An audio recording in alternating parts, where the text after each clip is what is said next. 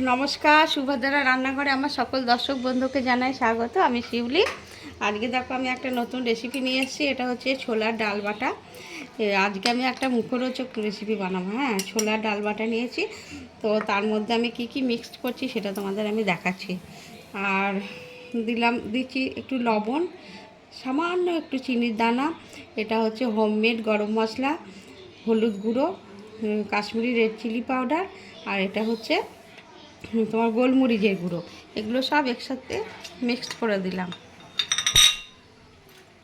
আর দেবো একটু চালের গুঁড়ি। হ্যাঁ, 1 চামচ মতো, হাফ চামচ চালের গুঁড়ো দিয়ে দিলাম, চামচটা বড় ছিল বলে। এবারে কি দেব দেখাচ্ছি তোমাদের। আদা রসুনের পেস্ট দিয়ে দিলাম, কতগুলো ধনেপাতা কুচো দিয়ে দিলাম, কতগুলো লঙ্কা কুচো দিয়ে দিলাম, পেঁয়াজ কুচো দিয়ে দিচ্ছি। এবার দেব তোমার আসল জিনিসটা, এটা একটু মিক্সড করে নিই। এবারে দিচ্ছি তোমাদের আসল জিনিসটা, এটা হচ্ছে দেখো চিংড়ি মাছ। হ্যাঁ, সেই ছোট ছোট ভুসো ভুসো যে চিংড়িগুলো বলে সেইগুলো, একদম গলা না, বেশ দানা দানায় আছে। আমি এটাকে তোমার স্ট্রেনারের মধ্যে ভালো করে ধুয়ে একদম পরিষ্কার করে নিয়েছি। হ্যাঁ, এবারে এটা জল ঝারিয়ে নিয়েছি, এর সাথে এবার মিক্সড করে নিচ্ছি। আমি ডাল বাটা দিয়ে মাখাচ্ছি, তোমরা চাইলে বেসন দিয়েও মাখতে পারো। এবার এটাকে ভালো করে মেখে আমি মিনিট 10 রেস্টে রেখে দেবো। তারপরে এগুলো পকোড়া টাইপের ভাজবো। ভীষণ সুন্দর হয় খেতে, তোমরা খাবে, খেয়ে আমাকে জানাবে তোমাদের কেমন লেগেছে। আর তোমরা আমার সাথে যারা আছো, আমার নতুন বন্ধু, পুরনো বন্ধু, দেশ বিদেশে সকলকে জানাই অসংখ্য অসংখ্য ধন্যবাদ আমার সাথে, আমার পাশে এইভাবে আমাকে সাথে থাকার জন্য এবং আমাকে সাপোর্ট করার জন্য। ঠিক আছে, এবার আমি রেখে দিচ্ছি কিছুক্ষণ। আমি এর মধ্যে একটা ডিম দিয়ে দিচ্ছি ফাটিয়ে।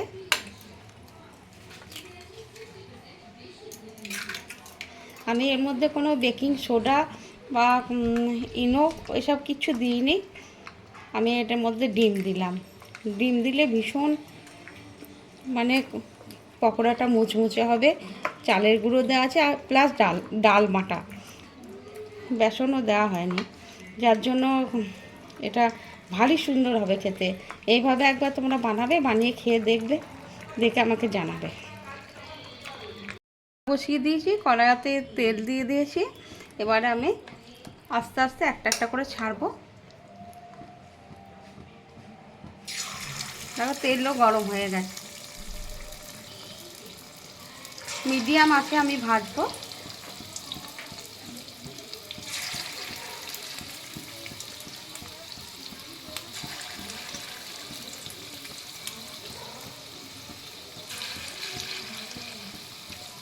এইভাবে একটু একটা পিঠ হবে, তারপরে আমি উল্টে দেবো।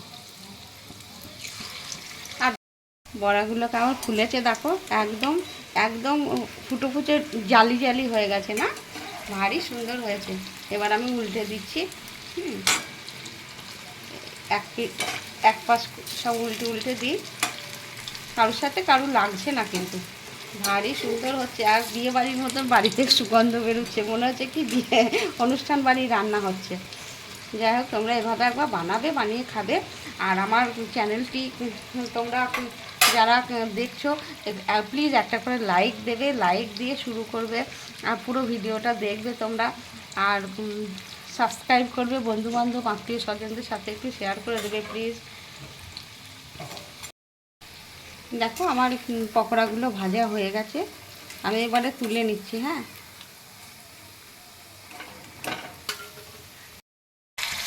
আমি আবার দিচ্ছি, একটা ব্যাচ আমার তোলা হলো, আর একটা ব্যাচ দিচ্ছি। এবারে এইভাবে আস্তে আস্তে আমি সব বাকিগুলো ভেজে তুলে নেব, তারপরে তোমাদের সার্ভ করে দেখাবো। আমার ছোট চিংড়ি পকোড়া রেডি এবং সার্ভ করে দিয়েছি। তোমরা এইভাবে একবার অবশ্যই অবশ্যই বানাবে, বানিয়ে খাবে, কে আমাকে কমেন্ট করে জানাবে তোমাদের কেমন লেগেছে। অসম্ভব সুন্দর হয়, খুব মুচমুচে হয়, দেখবে তোমাদের আমি দেখাচ্ছি কীরকম মুচমুচ করছে, দেখছো? আর একদম স্পঞ্জি আর ভীষণ স্বাদ, ভীষণ টেস্টি হয়েছে। যাই হোক, তোমরা সবাই ভালো থাকবে, সুস্থ থাকবে। তোমাদেরকে সকলকে অসংখ্য অসংখ্য ধন্যবাদ, অনেক অনেক ভালোবাসা আর নমস্কার।